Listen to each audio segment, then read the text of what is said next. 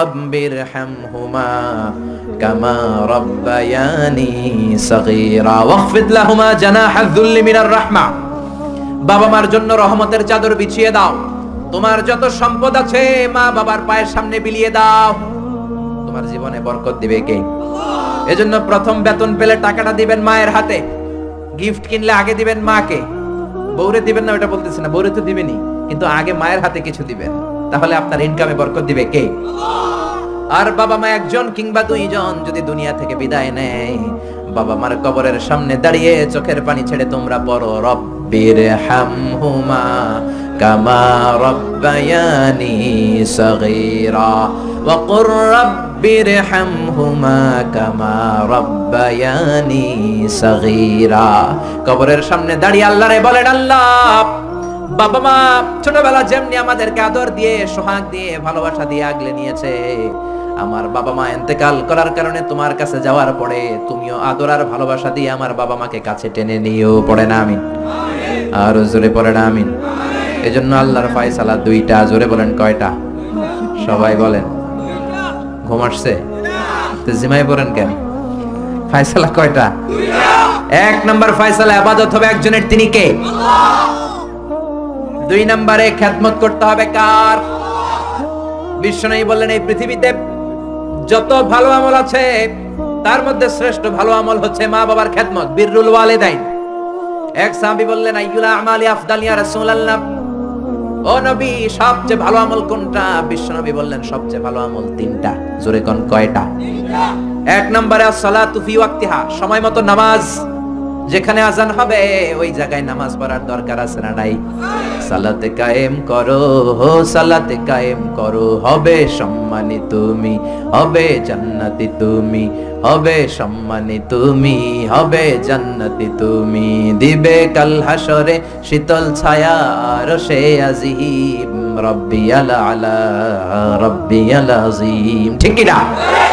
এক নাম্বার ভালো আমল হচ্ছে সময় মতো নামাজ। দুই নাম্বার সবচেয়ে ভালো আমল হলো বিররুল ওয়ালিদাইন, মাতা পিতার খেদমত করা। তিন নম্বরে সবচাইতে ভালো আমল হলো আল জিহাদ ফি সাবিলিল্লাহ, আল্লাহর রাস্তায় জিহাদ করা। সুবহানাল্লাহ।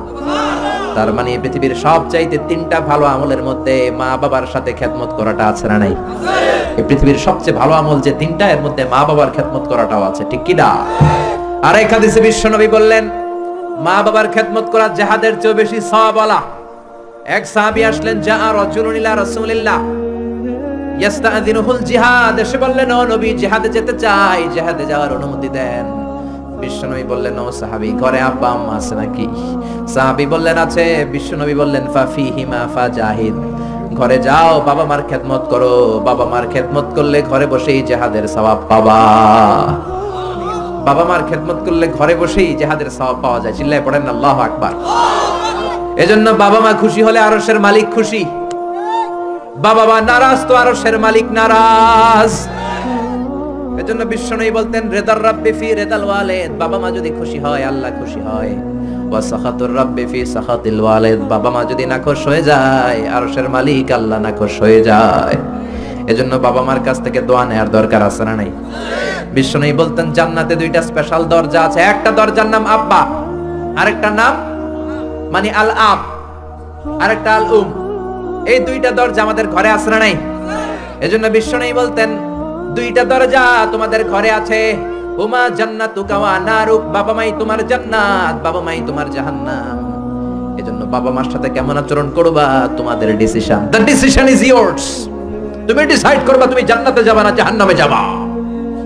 আপনি কপালে যত সেজদা দেন, যত কপাল কালো বানান, যতগুলো হজ করে আল হজ টাইটেল লাগান, যত যাকাত দেন, যত আমল করেন, আপনার মা যদি আপনার উপর নাখোশ হয়ে আল্লাহর কাছে বদদুয়া দেয়, আপনার সব আমলগুলোরে বরবাদ করে দিবে কে? এজন্য বাবা মা যদি হিন্দু হয়, বাবা মা যদি নাস্তিক হয়, তারপরও মা বাবার দোয়ার দরকার আছে না নাই? বাংলাদেশে এরকম অনেক হিন্দু ফ্যামিলি আছে, ছেলে মুফাসসিরে কোরআনের তাফসীর শুনে মুফাসসিরের হাতে হাত রেখে কালিমা পড়ে মুসলমান। এরকম হিন্দু ছেলে আছে না নাই?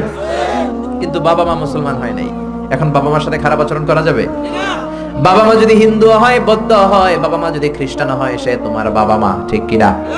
বিশ্বনবীর শালীর নাম আসমা। কি নাম? আসমা বিনতে আবি বকর, বুখারীর বর্ণনা।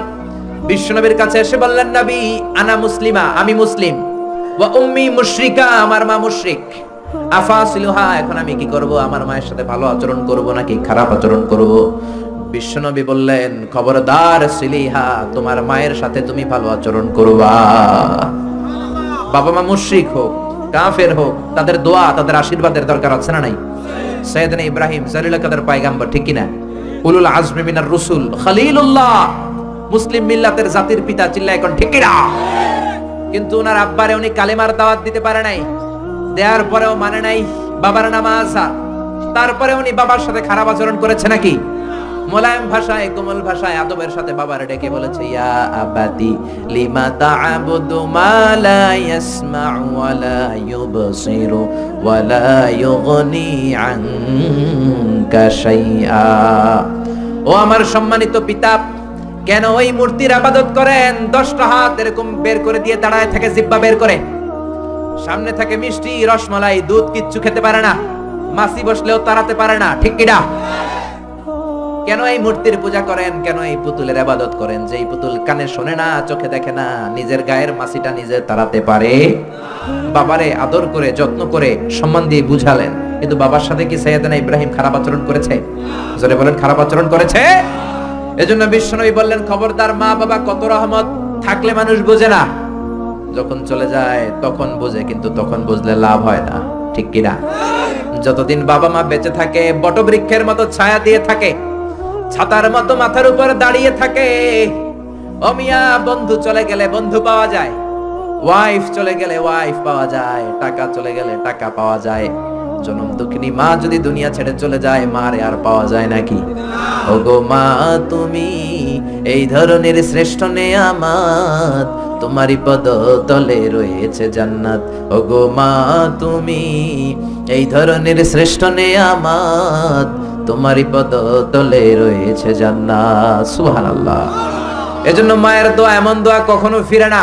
গুলি মারলে গুলি মিস হয়, ড্রোন হামলা করলে মিস হয়, ব্যালিস্টিক ক্ষেপণাস্ত্র মারলে মিস হয়, অ্যাটম বোমা মারলে মিস হয়, মায়ের দোয়া মিস হয় নাকি? কথা কন, বিশ্বাস হয়? একটু সন্দেহ সন্দেহ লাগে? Any confusion, any doubt?